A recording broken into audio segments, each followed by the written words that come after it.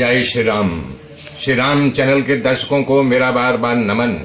मेरे मित्रों, मैं आशा कर रहा हूं आप लोग हमारे साथ बने हुए हैं, हमें देख रहे हो, लाइक कर रहे हो, सब्सक्राइब कर रहे हो और हमारी वाणी तक जन जन तक पहुंचा रहे हो। मेरे मित्रों, कल मैंने बोला था वशिष्ठ जी अपनी गाथा बता रहे हैं कि मेरे पिताजी ब्रह्मा जी संकल्प के द्वारा मुझे प्रकट किया। तब बोल रहे हैं तप, दान, धर्म, दया, सत्य और सत्संग, इन सब को इससे काम नहीं चलेगा, इनका दुख का निवारण नहीं होगा।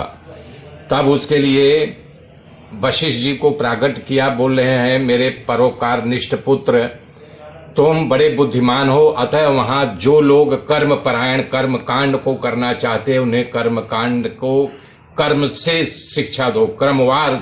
और जो लोग विवेकशील हो, जिनके अंदर बुद्धि आ गई हो, जो विरक्ति चित्त हो गए हों, या जो महाबुद्धिमान हो, वो परमानंददायक ज्ञान का उपदेश करना। सच्चिदानंद घन परमात्मा को कैसे पाया जा सकता है, करें हे रघुकुल भूषण राम। इस प्रकार मैं अपने पिता ब्रह्मा के द्वारा नियुक्त होकर के सृष्टि परंपरा जब तक रहेगी तब तक मैं यहाँ निवास करूंगा। करें हैं ब्रह्मा ने मुझे यहाँ आने का आदेश दिया है। उसी प्रकार सनक, सनंदन, सनातन और सनत कुमार और हम सबको नारद जी के साथ यहाँ धरती पर भेज दिया कि बोले कि जम्बू द्वीप भारत खंडे, मध्य में जो जम्बू द्वीप है बहुत बड़ा है, उससे भारत खंड भूमि में अयोध्या नगरी में जाकर के तुम वास करो और उनको अपने उपदेश के द्वारा उनके ज्ञान को खोलिए और उपदेश देने के साथ साथ उनको परोपकार में लगाइए। महान जो कष्ट भोग रहे हैं उनके कष्ट का निवारण कैसे होगा बता रहे हैं। प्राचीन काल में जब सतयुग की समाप्ति हो गई थी तो भूतल में काल चक्र बहुत सारे राजाओं को जो है निगल गया। तो जो पहले मर्यादा स्थापित थी महर्षियों ने किया था, वो मर्यादा छिन्न भिन्न हो गई। तो उसके लिए पृथक पृथक देशों में अलग अलग राजा की हम लोगों ने नियुक्ति किया और भूतल पर धर्म अर्थ काम की सिद्धि के लिए उन कार्यों से उपयुक्त शास्त्रों का निर्माण किया।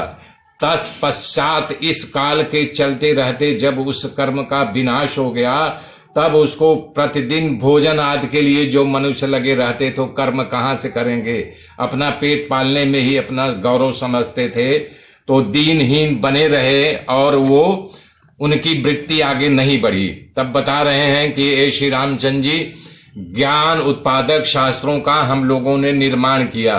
ये आत्म विद्या सबसे पहले राजपुरुषों के दी गई, जो धरती पर राजा का इन लोगों ने निर्माण किया था कि तुम्हारी बुद्धि जो है ऐसी है, तुम राज्य करो। तुम्हें ये उनको राजगद्दी बैठाने के बाद सबसे पहले ये परंपरा राजाओं के दी गई, जिसे राज विद्या या गुह्य विद्या के नाम से जाना जाता है। तो इसकी बड़ी ख्याति हुई। उत्तम ज्ञान को पा करके आत्मज्ञान राजा लोग दुख रहित हो गए और परमानंद को पा गए। करें हे श्री राम, इसी प्रकार काल क्रमानुसार निर्मल कीर्ति वाले बहुत से राजा लोग स्वर्गवासी हो गए। इस समय तुम इस भूतल पर राजा दशरथ के यहाँ प्रकट हुए हो। हे शत्रुओं का मर्दन करने वाले राम, तुम्हारा मन अत्यंत निर्मल है, इसीलिए किसी के निमित्त के बिना ही स्वाभाविक रूप से तुम्हारे अंदर जो ये परम पावन तथा पुनीत योग प्रकट हुआ है, इसी योग को मैं आगे जगाने के लिए तुम्हें उपदेश दे रहा हूं। हे श्री रामचंद्र जी, उस उपदेश को सुन करके सारे जगत को इसकी ज्ञान की चर्चा समय आकर के होगी। यहाँ पर मैं आप लोगों से विदा ले रहा हूं, फिर आगे गाथा कल जोड़ूंगा। तब तक के लिए जय श्री राम, जय श्री राम, जय श्री राम।